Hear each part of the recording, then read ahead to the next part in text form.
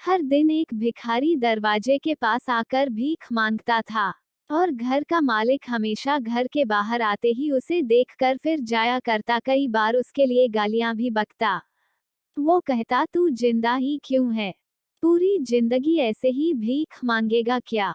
धरती का बोझ क्यों बना बैठा है? और कभी कभी उस भिखारी को गुस्से में वह धक्का भी मार दिया करता। इतना कुछ हो जाने के बावजूद भिखारी के मुंह से सिर्फ यही निकलता कि भगवान तुम्हारे पापों को माफ करे।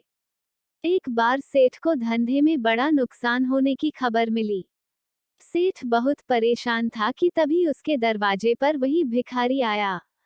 गुस्से में अपना आपा खोते हुए सेठ ने उस भिखारी को पत्थर दे मारा। पत्थर लगने के कारण भिखारी का सर फूट गया और उसके सर से खून बहने लगा। फिर भी दर्द से कराहते हुए भिखारी ने इतना ही कहा, भगवान तुम्हारे पाप को माफ करे। भिखारी वहां से चला गया। सेठ सोच में पड़ गए, भिखारी को पत्थर मारा फिर भी उसने सिर्फ प्रार्थना की। सेठ का गुस्सा शांत हुआ।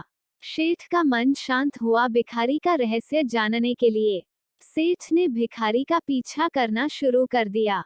भिखारी जहां जहां जाता सेठ उसके पीछे जाता। सेठ ने देखा कि कोई उसको खाना देता, कोई उसको मारता, कोई अपमानित करता तो कोई गाली देता।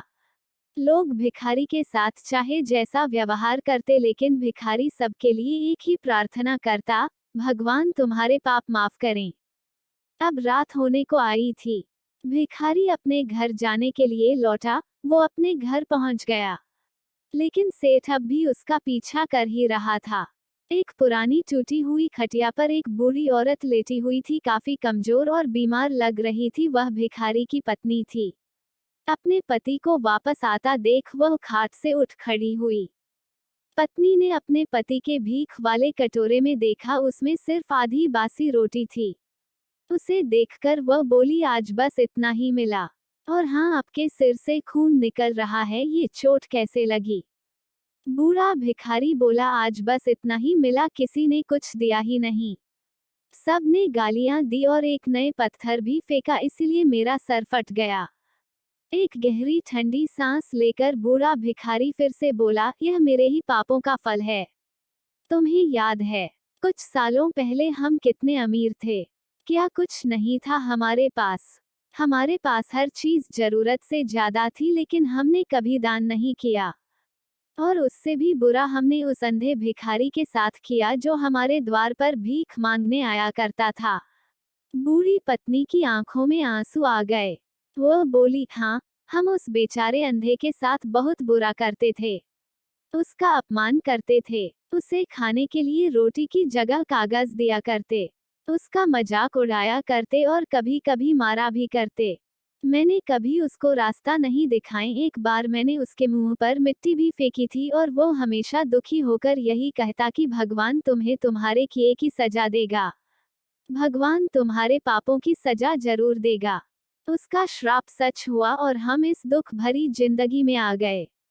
भिखारी बोला, हाँ, उसका श्राप सच हुआ, इसलिए मैं किसी को बददुआ नहीं देता। चाहे कोई मेरे साथ कैसा भी बर्ताव करे, मैं हमेशा उसके लिए प्रार्थना करता हूँ।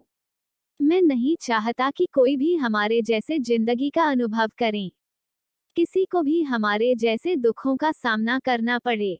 वो नहीं जानते कि वो कितना बड़ा पाप कर रहे हैं, इसलिए अनजाने में हुए पाप की ऐसी सजा किसी को भी मिले, मैं नहीं चाहता।